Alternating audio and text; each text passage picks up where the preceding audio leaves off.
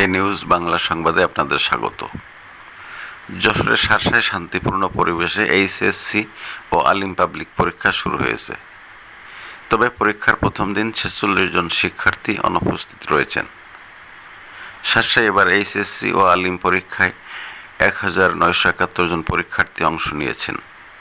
৬টি কেন্দ্রে পরীক্ষা অনুষ্ঠিত হচ্ছে। উপজেলায় উচ্চ মাধ্যমিক পরীক্ষায় ৫টি কেন্দ্রে মোট ১,৭৮৫ জন পরীক্ষার্থী অংশ নেওয়ার কথা থাকলেও প্রথম দিন অনুপস্থিত রয়েছেন ১৫ জন। অনুপস্থিতের মধ্যে ছাত্রের সংখ্যা ৪ জন এবং ছাত্রী ১১ জন। অপরদিকে আলিম পরীক্ষায় একটি কেন্দ্রে ২৩২ জন পরীক্ষার্থীর অংশগ্রহণের কথা থাকলেও সেখানে অংশগ্রহণ করেছে ২০১ জন। প্রথম দিনে অনুপস্থিত রয়েছে ৩১ জন, এর মধ্যে ছাত্র ১২ জন এবং ছাত্রী ১৯ জন।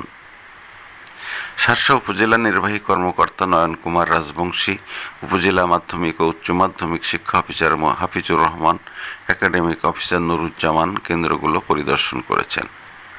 খবর এ নিউজ বাংলা।